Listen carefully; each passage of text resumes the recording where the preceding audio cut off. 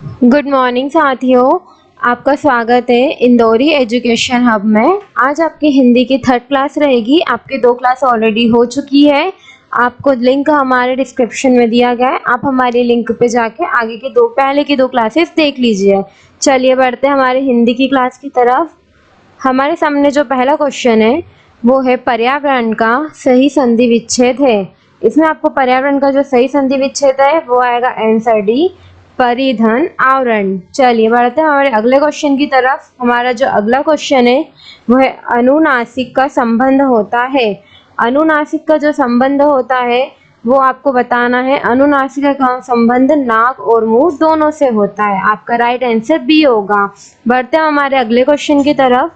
हमारा जो अगला क्वेश्चन है वो है अनुनासिक व्यंजन कौन से होते हैं। इसमें आपको अनुनासिक व्यंजन बताना है। आपका राइट आंसर आएगा आंसर सी, वर्ग के पंचमाक्षर। चलिए हमारा अगला क्वेश्चन है हिंदी वर्णमाला में स्वरों की संख्या है। यहाँ पर आपको स्वरों की संख्या बताना है। जो स्वरों की संख्या होती है वो होती है 11। आंसर सी पर टिक करिएगा। अगला क्वेश्चन आता है हमारा जो पहले कभी न हुआ हो।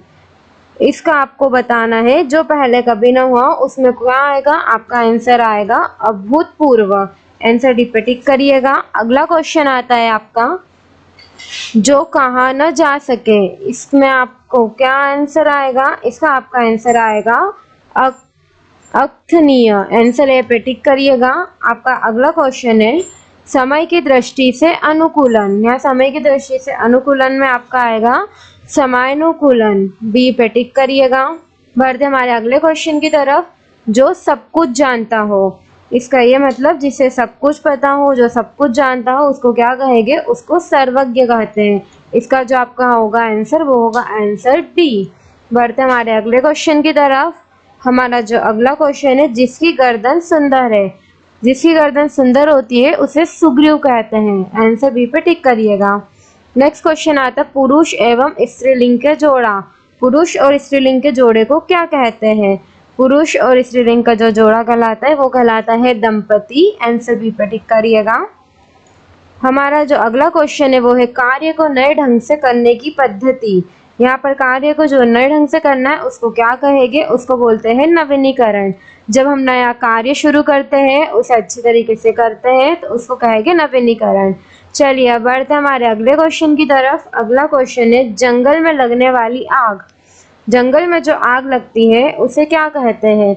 जंगल में जो आग लगती है उसका राइट आंसर आएगा आंसर ए, दावानल।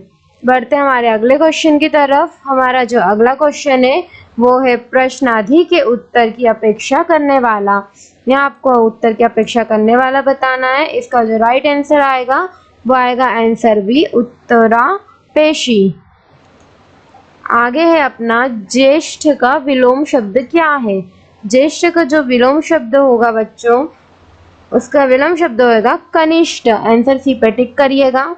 अगला क्वेश्चन आता है आपका गमन का विलोम शब्द बताइए।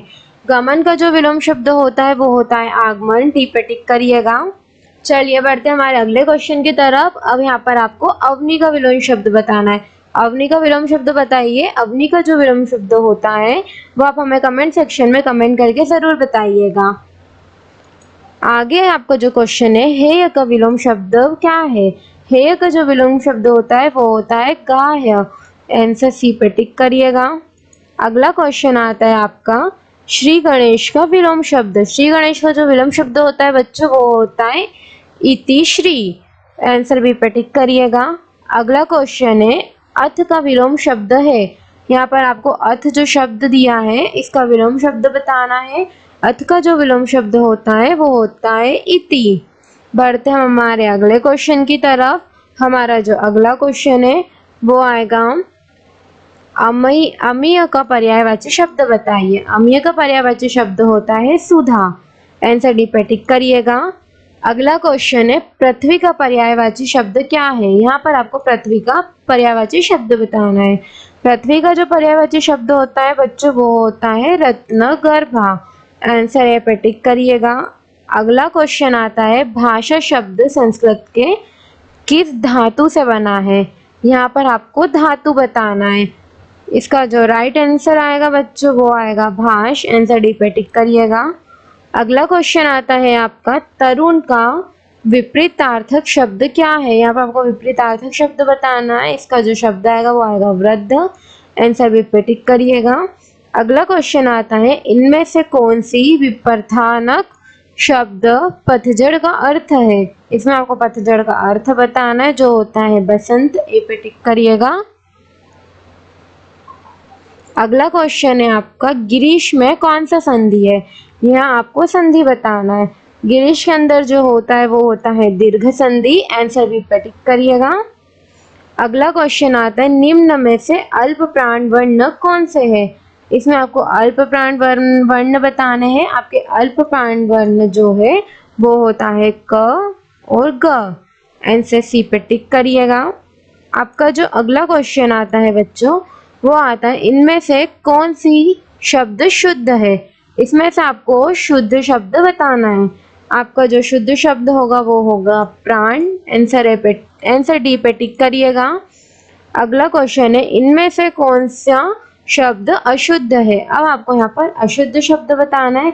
अशुद्ध कलश आपका सही शब्द है। रसायन भी आपका सही शब्द है। कल्याण भी आपका सही शब्द है। बच्चा आपके पास पुण्य। पुण्य आंसर बी पे टिक करिएगा। ये आपका जो है अशुद्ध शब्द है।